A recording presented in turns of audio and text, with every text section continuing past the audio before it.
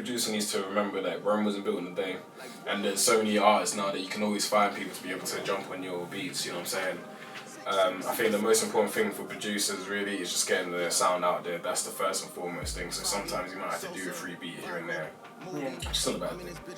You know what I mean? Like for years I was doing free stuff just so I can get people to know who I actually was.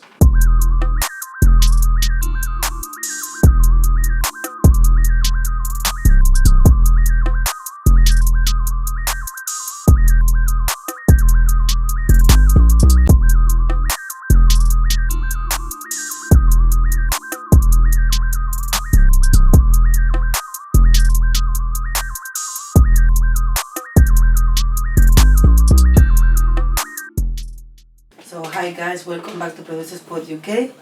I'm your host Miss Jules, and today we have with us Jbmadeit. How are you, JB? No, I'm good, thank you. How are you? I'm good. It's been a long time, since the last time I saw you. It's been a while. I think it's like it's been like a year. Is it less than a year or was it a year? Last year or something, no? It was last year, I think. Or something, So, yeah. A lot of it's been happening for you also. Yeah. I saw a couple of things, but we're gonna talk about it eventually. Yeah, So, can you just introduce yourself for those that doesn't know you? Okay, so my name is Jbmadeit. I'm a producer. 1/3 of Finesse Forever as well. So that's my company. And yeah, my credits are the likes of Drake, French Montana, Unknown T, Central C, Headie One, RV. The list goes on. We'll talk about it. It's a lot. Yeah, but, that's a big introduction, I wanna know, how do you become interested in producing? For me, it was never really a foregone thing. I've always been a drummer since I was young. So from the age of like 8, I was always drumming. You know what I'm saying? Mm-hmm. I was always playing with the pencils, always just making any kind of noise. So I originally wanted to be a drummer at first, but when I kind of got into the reality of things, I kind of thought, okay, cool, drumming's a bit whatever. I'm not sure if I want to do that as a career. It's fun, but I don't know if I want to. Yeah, what else is there? You know what I'm saying? I was originally going to do football, and then really one of my guys just said, let's just make a track. Really, let's just make anything. Let's just do whatever. And from then, it kind of spurned into myself just loving the way that music's created. It was like a whole different minefield. For me, it was a good experiment at the time, but it done more than just experiment because it unlocked basically a whole career and love for music in a different way. So to answer your question, really it was just we were just having fun. We were just kicking back, having fun, and it just became what it is. Okay, so I wanna know what's your biggest influence when making music? In terms of my influence, I've always been a church boy, so I guess gospel's always number one. And then really throughout my childhood, I was really influenced by R&B. My cousin, she was really into R&B, the melodies, Shawnee's, Ja Rule, that kind of stuff. So she was always playing that when I was over there. Mm-hmm. So that was a massive, massive influence in how I kind of see music. So gospel music, R&B music. And I'd probably say, as I got older, you get influenced by hip hop and all that kind of stuff. So my influences kind of span between, melodies to the Drake type, Lil Wayne type of stuff to gospel, Fred Hammond and all that kind of stuff. So those are my musical influences really. And what I'm kind of when I hear a sound, I'm automatically okay, cool. I'm automatically going into them type of chords. You know what I'm saying? That's what I automatically hear. So more time I'll just be playing things. I'm playing it with soulful music because that's what I've been growing up on. So yeah, that's my influences really. Yeah, I see you at church one. You the church environment. Yeah. You are very spiritual. But how important is that for you? When in your career, do you apply those morals? I guess it's part of your life really. Once in your life comes on your music. So people will kind of say that it's kind of contradictory because of the music that I've made isn't exactly quote unquote spiritual. Yeah. You know what I'm saying? But in terms of my values and the way I kind of live life, that's always been what I do. You know what I'm saying? Having music, I guess for me, I put my influence on what I kind of feel into my music. And for me, music is a freedom, and I guess with the you know, the spiritual things. It's It about, comes with it, like. you know what I'm saying, you kind of just release yourself on that, and that's where I kind of see there's a divine connection. Because with music, it's like, well, like, I need music more than just a, it's more than just like, I'm just playing chords. It's like, Yeah. wow, like, if I don't create, or if I haven't created anything, I'm like, wow, like, it feels weird, I haven't made anything, because that's like my freedom right there, you know what I'm saying? So for me, the spiritual values obviously all stay the same, and that comes out with the way I kind of do my music, really. Yeah, that's good. Yeah. And like, I want to know, like, what is your creative process when creating a beat? Like, where do you start, or how you plan? There's no formula. I'm not gonna lie. There's zero formula. Like, more time I make things by chance. I'm not gonna lie. Like, I might hear something, I might hear a sample. I'm like, yo, that's tight. I'm gonna make something on that. Or I'll be just mucking about on the keys. I'm just like, oh, this sounds cool, and I just make something. More time, like, even there was a session I done, I think it was a couple of days ago. Like, I made a beat. And personally, I was just like, yo, I'm just gonna fling any idea, because it's just like, it's anything. It's like 2 o'clock, my sessions later on, I'm gonna just put anything down in it. Played a couple of 2-2 chords, I was like, alright, cool, this is whatever. I just heard it, played it, cool. I was like, yeah, I did experiment, didn't know what I was playing. I was like, yo, I just want to play that. 2-2s now, when we were playing out the beats, the guy wants to use that one. I was like, yo, it's actually tight. It just makes me realise that there's no real, like, for me anyway, there's no formula, there's no formula, you know what I'm saying? Like, more time I'm like, bro, like, my melodies are not that great, you know what I'm saying? Like, if you want to put a producer type of like category, I'm more of like a drums, and I can put the beat together, and I'm like, okay, cool, now I've seen the body picture, and I post with that. That's where I shine. But I'm not the best in melodies. I don't play keys like that and stuff like that. So, but what it made me realise is that sometimes you don't need to be the greatest keys player or anything like that to get a sick melody, you know what I'm saying? Sometimes it's just 2 chords or 4 chords. More time it is 4 chords anyway. So it's like 4 chords, boom, played it. And yo, I was like, wow, this is actually kind of tight. So for me, it just depends. Sometimes I might just feel like I can hear a drum beat first, and I'm like, okay, cool, I'll just build off that. So for me, it's wherever I feel in the moment. I go with wherever I feel. And if I feel like a melody, if I feel like a sample, I just go with it, because you know what I'm saying. So there's no real formula. You know what I'm saying. You grew up in Croydon. Yeah. And I want to know, like, how influential, like, Croydon is for you, because I'm sure, like, you represent, you know, Croydon. That's where you grew up. That's you know. So how influential is that, like, for you, or for your career, or what you want to represent? It was very influential. You know what I'm saying. For me, Croydon, obviously Croydon's my home. I've always been to Croydon. You know what I'm saying, and the way that it kind of influenced me in the sense of, like, we're very, like, diverse, and it kind of taught me, okay, cool, you're gonna meet so many different people in different walks of life. So you've got to be diverse, you've got to be a chameleon, you know what I'm saying? Like, in Croydon, you might see one person from this country, this person from that country, this person's whatever, this one's a countryman. So you got to kind of be able to be diverse in that sense. So I kind of take that into my music and saying, okay, cool, you know, in music, I like to be diverse, I like to try new things. Much like my demographic is very different. You can reach out to so many different other people. It's the same way I kind of do my music. It also taught me about the hustle as well, you know what I'm saying? Because, you know, in Croydon, you know, everyone was looking for studios, you know, at the time. So for me, growing up, it's like, okay, cool, you got to be ready, armed and ready. Studios like this. Oh yeah, and then, you know, some people are, you know, feisty, you know what I'm saying? So, so you got to learn to be on your job.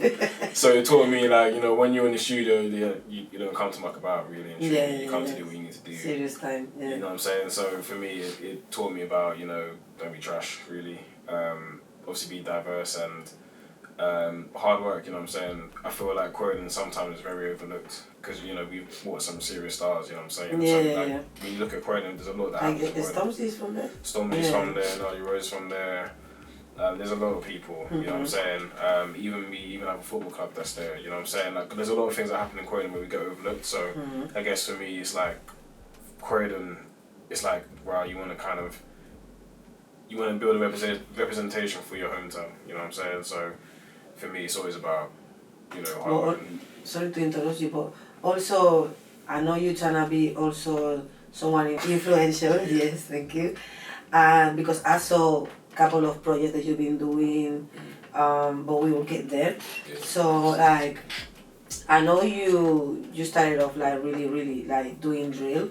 Yeah. So do you consider like yourself known as a drill producer?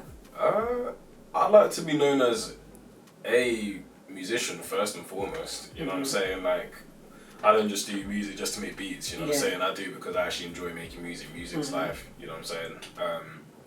So musician at first. I think I'm known for being a drill producer because obviously that's where my biggest hits have come. But for me, like when we go into a session, I try to show the person like, look, it's not just that. You know what I'm saying? Like, you see me as that just because that's what my profile is. But I'm not a drill producer. You know what I'm saying? I didn't grow up in drill. You know what I'm saying? I picked up drill because you know I thought, bro, like if I want to do drill. Because I wanted to do drill at the time. I've got to pick it up and just learn how to do it. So that's really how I got into drill, and obviously with the help of other people as well.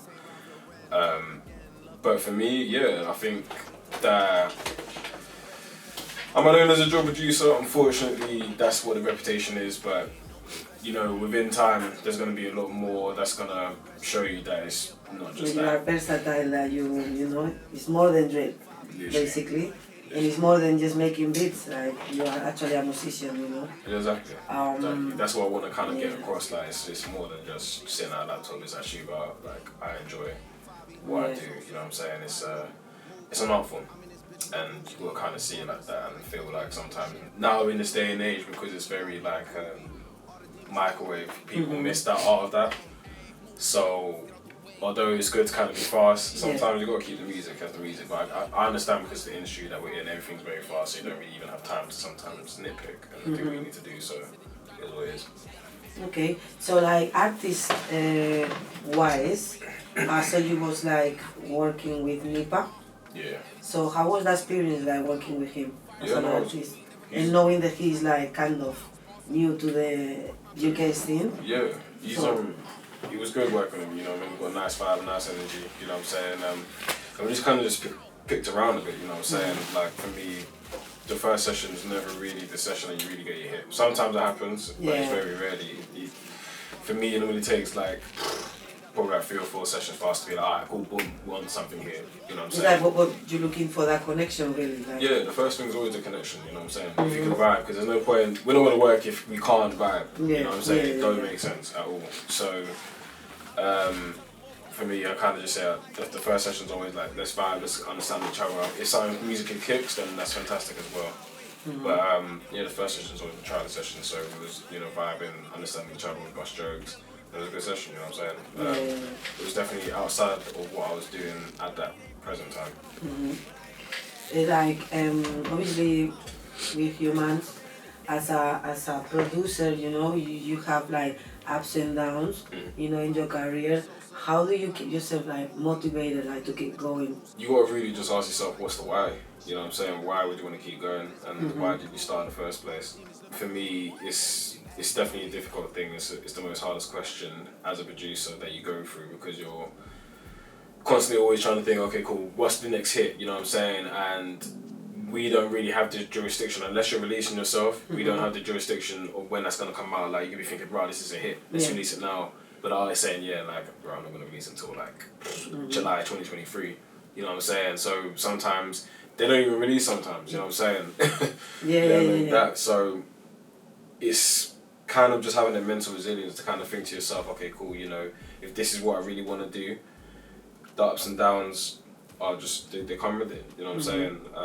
You can never miss them lessons that you're going to have. And for me, I kind of just see it as, if you come to this game quick, you leave quick, you know what I'm saying? So you've got to have that mindset of like, okay, cool, I'm for the long haul.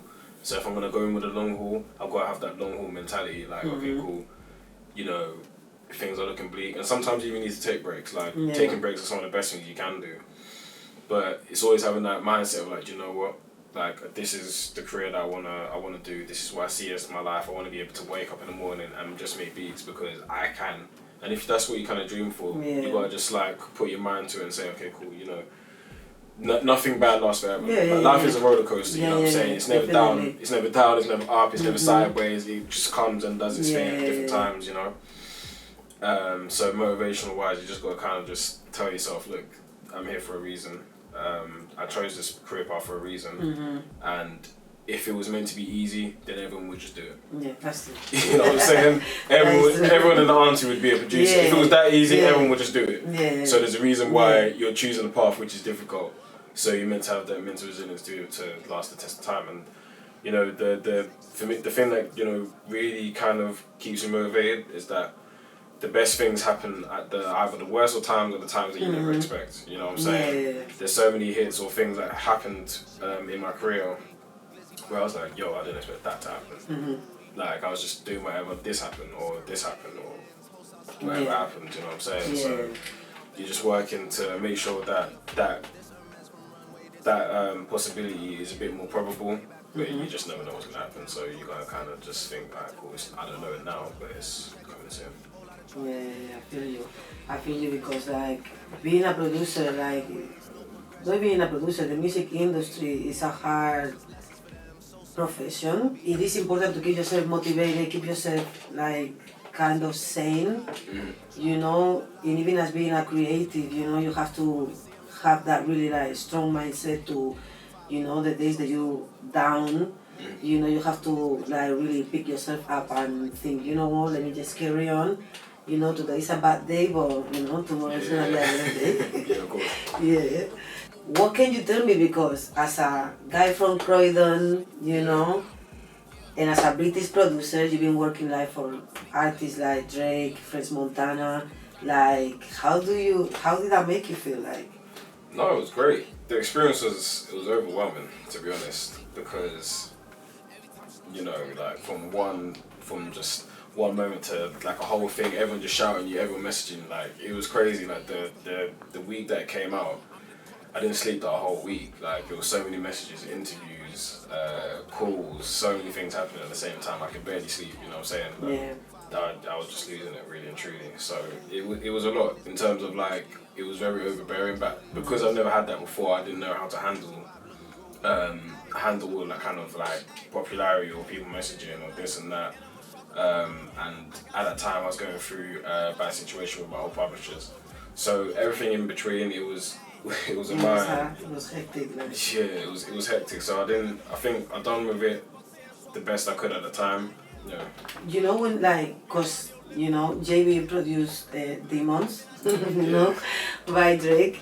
So like, did you make that beat especially for him, or did you just make that beat and you like how did you get that placement really like? How your beat got to Drake?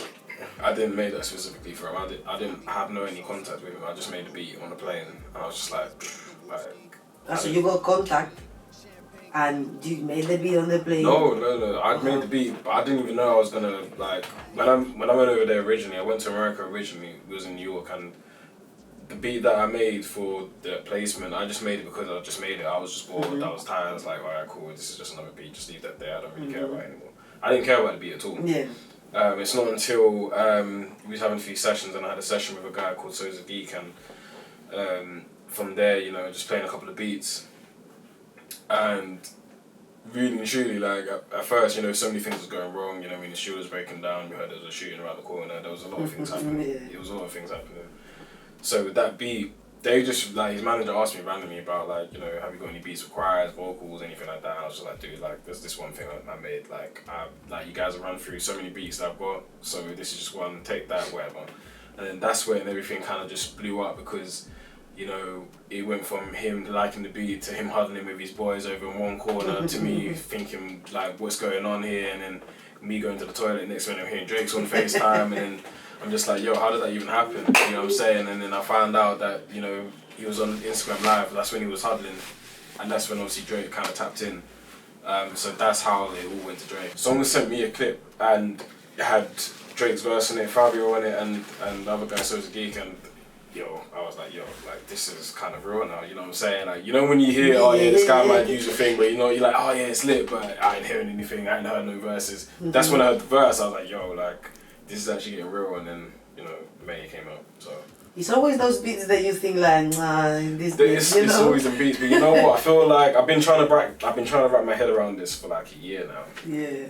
No, actually 2 years now, because obviously the Drake thing came out 2 years ago. Yeah. So I've been trying to wrap my head around it, and I came to this theory that, you know, people like the simplicity in things, you know what I mean? Like, people like things simple. Like, depending on what audience you're going for, people like things simple, you know what I mean? Like, people just want to hear one thing that allows it for them to be open and be able to kind of do their thing on it. Like, for example, like, more time, like, I learn in, like, sessions all the time. Like, when you're working with songwriters particularly, sometimes they don't want a lot of things on the beat. They just want me, like, one melody, two melody, a little drum beat, give me that, so I can be open and do whatever I want to take it somewhere. Because as much as we direct the sound as producers, it's the artist that directs where the songs go. You know what I'm saying? The songwriter directs where the song actually needs to go. They direct how the feel of the song is going to be, because we can make a drill beat, but then it's not. I think the drill beat is the drill beat, but it's the artist that makes it whatever in drill it's going to be. So if they wanted to make an R&B drill, he's going to go talk about love lyrics. Automatically turns into R&B drill. You know what I'm saying? So with us now, it's like, sometimes you got to realise sometimes too much, sometimes it's too much. You just got to sometimes put an idea, and it's normally more time, a little simple idea that artist can think, okay, cool, that clicks from you instantly, this is what we can do. Then you build afterwards, you know what I'm saying? So it's really, I started learning that post-production is the most important thing in terms of production. It's the most important thing, you know what I'm saying? Because the idea is the idea, but then it's not until you hear the But then until you hear the artist and exactly, magic happens. The magic happens afterwards, you know what I'm saying? Because you can now build a song based off what they said, you know what I'm saying? And sometimes you miss that. But yeah, people like things simple. Like, we listen to music in a 3-dimensional way. Like, the artists and listeners, they listen to it in a 2-dimensional way. They just saying, oh yeah, that sounds good. And that's it. That's it. If that sounds good, then that's whatever. We be thinking about the hi-hats, whatever. The melody's a bit off. It's a bit out of time. The artists are just not even just artists. Let me just diverge, because sometimes artists you can get as well. The average listener is probably thinking, "Rah, that sounds good. Oh, I like that. Does it make me feel good? Yeah, okay, cool. And that's it. That's cool. You know what I'm saying? So sometimes the most simple things is what they need. And you just gotta kind of just shrug your shoulders. So like, you working, like, having the experience working in America and UK also, like, how would you compare, like, the studio sessions? One thing I'll say probably about Americans is that their work ethic is they've got a really good work ethic. Like, some people can bang out like 6 tracks in a night, and they're just like, yeah, alright, cool, I'm going home, I'm gonna go and, you know what I mean, I'm gonna go to the strip club. And you're there thinking, rah, like, they just banged out 6 things over there, and over there it's like a lot of energy, you know what I'm saying? A lot of energy in the room, whereas UK we're a bit more preserved. We're kind of a bit more reserved, and we kind of just, okay, cool, we got this track, 1 track's cool, we got the good track, alright, cool, we're bouncing. Whereas Americans would be like, right, I've got 4 tracks, like, 1's not good enough, we need 2, 3, 4, 5, 6. And that's just my personal experience. Obviously there's some people that's different, but I think over there the work ethic's a bit more like, alright, cool, we need to bang out this, we need to get this, oh yeah, what? So you sit back, wow, 1 track's done, alright, cool, let's get to another one. They're very like, the work ethic is very commendable, actually. Yeah. I saw that you have like 100 million streams. Oh yeah. You know, like, how do you feel about those achievements? Because that is big. I'm not gonna just recognize my achievements. Like, it's like one step up. Like, yeah, I'm just like, yeah, literally that's just me. Like, 100 million, yeah, that's great. But I'm like, alright, cool. So 100 million. So what's the next step from that? What's the whatever? I don't really sit there and look at, oh yeah, I've achieved this or I've achieved that. It's normally people that have to sit me down and and people around me, they'll be like, oh yeah, like, you know, this is a great achievement, you know, this is whatever. I'm just like, alright, cool. Another one, you know. You know what I'm saying? Another one is wherever. So I'm trying to switch my mentality with that, because you gotta celebrate your wins whilst they're still wins, you know what I mean? Because in the future, 100 million streams ain't really gonna mean anything to you. But obviously it's that first milestone, you're never gonna get that excitement back in it, so I'm trying to kind of change my mentality, but I'm very much like, yo, like... But I feel like you got, like, listen, when I see American producers, like, interviews or whatever, like, they gas about every single achievement that they do. I feel like every time I do interviews, the artist is like, I'll be like, hey, you know, you got #1 hit, you know? Yeah, you know, yeah, I got it, but you know, come on, hello? you know how many people is gonna get to that point, like celebrate it, enjoy, and you know, feel gas. No, when I'm saying gas, like you know, I know, feel excited for your excited for your achievement because it's important. Like it is. You should. That's your work. Like when you are in the studio working, you know, and something like that comes, like Drake or the 100 million views, and you know what I mean. That is mad. Yeah, come on. Do you know, I consider like all producers, we're just like that. I feel like it's a producer thing. We're just like, alright, cool. You know what I mean? It's vibes, you know what I mean? But we're always trying to get to the next step, and the mentality that I think most of us go with, obviously I can't speak for every producer, but from my personal perspective, it's that, you know, there's always going to be that next step forwards, you know what I'm saying? And you're only as good as your last hit, so you're always constantly thinking, alright, cool, what's the last hit that I've had? And you're always trying to beat that, you know what I'm saying? You're always trying to be in competition, so you just sit there sometimes like, it can demotivate your excitement for things because you just always think about the next hit. But that's, again, I don't think it's a great mentality because, like we said, you need to sometimes appreciate the things that you've got right now, because it's not going to mean a thing to you 5-10 years down the line, you know what I'm saying? Like, the excitement that I had when I made the first beat, I'm never going to have that again. You know I know what you mean, So, it's trying to live in the moments and really accept that, okay, cool, I've done something great.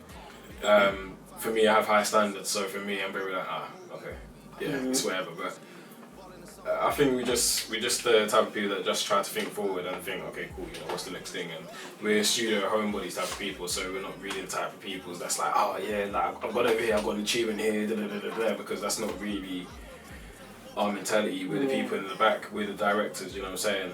It's the actors that's really in the limelight, but the directors are the ones that's just there, like, okay, cool, I directed this film, and that's the way I kind of see it. Like, we're directors of the music, and the artists are the ones that's really meant to be the ones that's telling you, like, yo, I've got this because I'm the artist and because they're the brothers. You know? Out of all of the artists that you have produced, like, who do you enjoy working the most? I get this question a lot, you know. I think there's no specific person. I think the type of people that I get along with... Or like a highlight of, you know, all of those experiences. I think all of them, I think everyone has their own kind of thing, you know what I'm saying? Like my guys came to their name, we were just busting jokes in the studio. More time, the good thing for us is that it wasn't even about the music, we were just busting laughs, so we were busting so much banter. You know what I'm saying? So you sometimes get that with certain artists, and sometimes you get them artists that just bang on job, and they just come in and you're like, this is a great session, you're talented, you just bang on what you need to do. And then sometimes you get them sessions where you just get along with a person very well. And for me, it's a combination of all them three, like work ethic, bust jokes. But yeah, we've got a good relationship. And there's no specific artist. I'm like, oh yeah, like, I like work with this specific artist or this way. I just like people that know what they need to do and have good vibes, you know what I'm saying? And those are my type of artists. So like, you know what, because you did so much, like, we can't just be here till tomorrow talking about, because I know you work with melodies. You produce I Hate You. You work with Dion Young, and you did Lose Control. You know, just to mention a few, you know. But I just want to skip like to, how do you get to know Jbmadeit? So how did you get to know him? That one, again, it was random.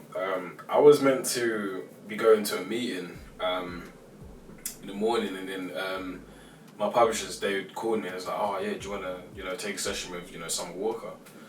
And I was like, nah, you're wait, well, okay, because I know you're gonna get there, but I was gonna go there also, you know, okay, go on. So they was like, yeah, do you wanna get into a session with Summer Walker? I was like, bro, like, again, of course, like anything in it, I don't give a damn what it is, and get me in that room, innit? So I went down there, and it was a girl writing for her, called Ayana, big up to Ayana, of course. So she was there, and I was just literally just recording, just doing some recording stuff, just engineering. It's cool, got a contact, it was cool, it was nice. Then I get a second call. It's like, oh, so do you wanna work with Iovine? I was like, nah, Iovine, like, don't really pull my leg, because he said it was Summer Walker the last time, and it wasn't Summer Walker in it, so I was thinking, nah, chat.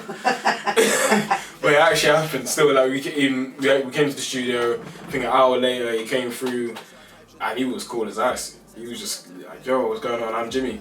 I'm like, dude, don't tell me who you are. I know I know who you are. So it was cool, man. It was just vibes. Just done some recording stuff, rearranged some stuff, and then the track called Know Who You Are. I didn't obviously produce that, but I was part of the creative process, recording and saying, okay, cool. I think this will be good here, and this is that, and I'm just glad to be really part of it. What was that project about? Because I'm not sure. I saw the clip and it was like some skater thing, but then I don't know if it was a song or like I don't know, like I don't know what it was really. I think it's a song and the clip. I think I don't know what they want to do with it or what their plannings are. But I know the song was obviously just a song they wanted to release in regards to, like skates and stuff like that. Okay. I don't know much details. I'm not, you know what I mean? They're not really going to share with an engineer like that. But I'm sure they've got like a whole different plan for it, really. I just know that they had a clip for it, they had the thing, and it's the actual song that's actually out. So yeah, I'm just glad to be part of it. So I saw that you guys won an award for Pride of London. That's one of them. Yeah. I want to know who is Finesse Forever and what you guys are up to. Who are you guys? So Finesse Forever, we're a management label based in South. Obviously, we're known as people that kind of stood up for drill when it was getting attacked by the police and all that kind of badness. So we was one of the guys that really just stood out and said, you know what, this is an art form. You know what I mean? So for us, we do more than just music. We've got a studio. We teach courses to 16 to 24-year-olds weekly. That's amazing. We teach in schools. We do private mentoring. We're part of. We actually partnershiped with another company called Main's World. Shout out to Main's World, of course. So they're our company partners. So we do a lot of community-based stuff with them as well. So stuff like going into schools, talking to people in schools, community drives, anything that really happens in the community, you know what I'm saying, working with the police, you know what I'm saying, which is ironic because obviously they're trying to take our music down, ironically, but trying to kind of get to a solution where there's a median. We're just a company that's for, the people and just making sure that, we're building careers on top of that as well. That is very important, that is so good, and I'm so proud of you guys because, listen, what you guys are doing right now is important for the youth clubs, for the kids to be entertaining themselves after school and not be outside. I'm talking about experience as a mother also, because in my area there is a youth club, but I don't know, I feel like they could do more, to keep the kids really entertained. Of course. So I feel like something like that, everybody loves music, and I feel that's a good way to attract the young people and take them out of the streets. Yeah. And I feel like you guys are doing really, really good, and appreciate it, thank you. I'm proud. Yeah, we tried, man. We kind of realised that we were all young once, you know what I'm saying? So we need to kind of pass on what we've kind of learned and kind of just provide a different way for younger people. Now, we live in an era where people they're able to make careers from nothing. You know what I'm saying? You can make a career from your laptop. Now we're in an era where you can be 16 and you can be making a number one hit the next day. You never know what's going to happen. You know what I'm saying? So for us, we kind of said, we want to be a part of that in any kind of way to kind of, influence the minds of the kids of today, really. And it's an important thing that people kind of miss out. When you're so in your career, you forget that you got to kind of not only shine for the people that surround you, but then people that doesn't necessarily know you, but wouldn't have had access to you other than this kind of pathway. So we kind of said, we want to kind of be a bridge in the gap for a lot of young people and for them to realise that there's career and there's money in music, you know what I'm saying? It doesn't have to be all bleak. It can just be a thing where you stick to music, you stick to something that and it will pay off, you know what I'm saying, eventually, you know what I'm saying? The music, we create so many hundreds, I don't know if you call them thousandaires, millionaires, whatever. We create a lot of people in the industry that they're able to have a career in music and they're not necessarily having to do a lot of stuff that we had to succumb to before, you know what I'm saying? Music creates a lot of opportunities, so it's about how can we be a leader in itself, or leading the next generation to better things.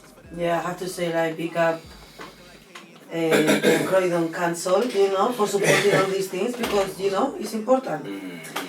So like, what advice would you give like to up and coming producers? Like how to start their careers, how to keep themselves in the right path and not give up even though, sometimes you might not get what you want, but like what advice would you give them like to keep going? For me, I'll probably say number one thing is not watching what other people are doing, man.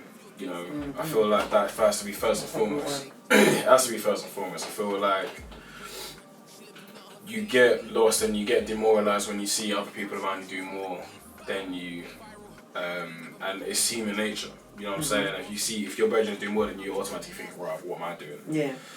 So the first thing is to realize that everyone has their own path. So, number two, hard work always pays off. You know what I'm saying? Hard work beats talent all day, every day. You know what I mean? You can be talented, but if you're lazy, then you're not really going to do anything. But if you're hard working, you're not only put yourself in the right areas, but you automatically like improve your skill because the more that you're working in your craft, you're putting in them 10,000 hours. You know what I'm saying? And you only become a master of your craft once you put in a certain amount of hours and a certain amount of dedication.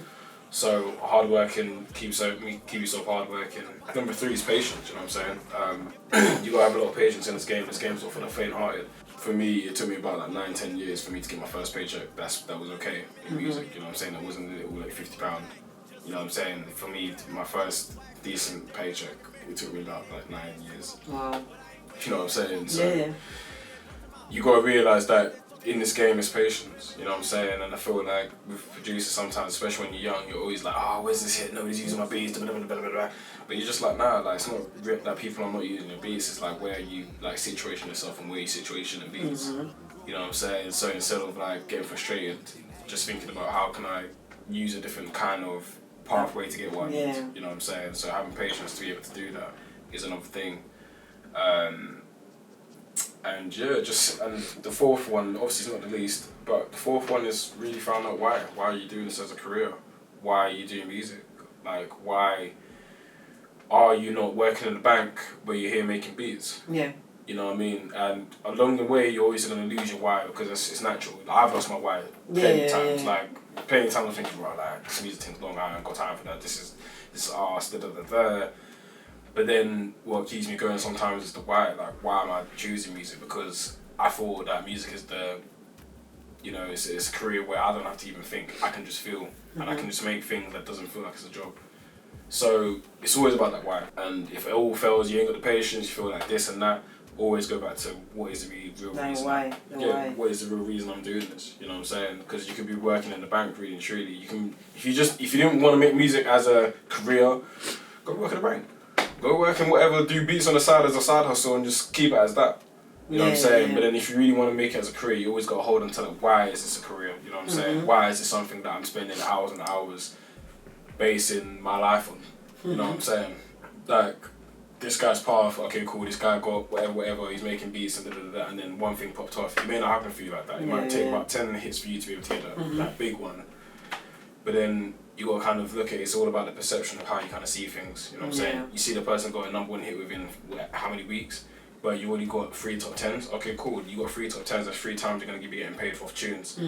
You know what I'm saying? So it's all about switching the narrative of how you see things, and it's easier said than done. I struggle with that. Like when it comes to the mental health and mentality in music, I struggle with that a lot. That's a topic, you know. You know what I mean? It's a lot. It's a big topic. It's a massive topic. We will talk about it, but that is a big topic, to be honest. But right now, I want to say, let's cheers. Of course, cheers. Thank you. For getting certified on Spotify UK. Oh yeah. Come on. As a writer, like that is so good, how do you get that? Like, how did that happen? It was with my publisher. Shout out to Eccentric. They was the ones that kind of pulled the strings for it. I wasn't even thinking about it. They was like, oh, you're gonna get you paid. You're gonna da. So I was just like, alright, cool, man. Like, you're just waffling, just chatting. Until I got the email, I was like, bro, like, the email was like, alright, cool. We got everyone. We got everything. We just need your approval. Da. I was like, yo, these are actually for real. They actually got it, and I didn't really realise it was a big thing until I kept checking my Instagram. And like every 5 minutes, someone's like, oh yeah, congratulations, da. I was sitting there thinking, right, it's whatever. Yeah. I thought people would be more excited that I hit 100 million. But to be fair, I haven't even announced that, so I need to actually do a post for that really truly. But Yeah, but that's listen, that's a good achievement. That is recognizing like Spotify is a big platform, you know, yeah, common, massive. And that is a big achievement. Trust me, like. Yeah, appreciate it. So like, do you have like any up and coming like future projects or something that you can give us the little, you know? They're always in the works, man. I mean, for me, the reason why I don't like saying, oh yeah, I got this coming out, because if they just turn around... Not like that, but just a little, you know. I mean, I'm working with so many diverse other things, you're just going to have to hear it. You know what I'm saying? If you hear it, then you know it's out, then you know it's real. You know what I'm saying? It's like, if I tell you, alright, cool, you know, I'm working on this project or I'm working on whatever, and it never comes out, yeah, you just look like a donut. You know what I'm saying? So for me, I'm just like, if you see it, then you know it's real. Then you know it's real. That's true. You see what I'm saying? But I'm just working on so many diverse things, so it's like, some are drill, some are not drill, some are whatever, some are pop, some are dance, some are whatever. But hopefully when it gets released, and you'd be like, oh, I didn't even know you did do these things, but well, you know, now you got proof now, innit? You know what I'm saying? I can do so many other things. So. How did you get to know your team? My team? For Finesse Forever, yeah. So me and T, we go way back. I've known T since we was like, 4 or 5. So we're talking like over like 20 plus years ago. So with that, we've always been close, but we didn't really think of making anything until one of our guys said, yeah, you've got a studio. We can set up a studio at his house, and from there we kind of built our business called, I think it was called KSL. Built it from there, but then obviously you can't really build a studio from someone's house, and it's not sustainable unless they're willing to let people come in. So we kind of had to move out and try to find a place of our own. But luckily our church kind of allowed us to, you know, use their space. So from there, you know, we called KSL, we were doing whatever, parties to music to this to that, and then that is just to like you guys promote yourselves, no? Yeah, so we've done a lot of things. Like before FF was FF, we went through 2 name brands changes. So the first one was KSL, so we've done music, but we had a studio, but we've done events, but we've done artist management, we've done a whole lot of things. But then obviously people were left and all that kind of stuff, so we had to rebrand into Finesse Forever, which was our the address for our first studio, which is in White Horse Road. So we rebranded, had to leave the church because it wasn't sustainable. And then when we moved to our first studio, we needed TVs, and we met S, who's our third partner. And with S, we all went to school together. We all went to the same school, but I'm the youngest, so I'm 3 years younger than my business partner. So them two were already, they knew each other from whatever. I knew of skills, but I didn't really know him too tough because obviously we're like 3 years apart. Yeah, what question, like for up and coming producers, like, you know, when you have the Finesse Forever, you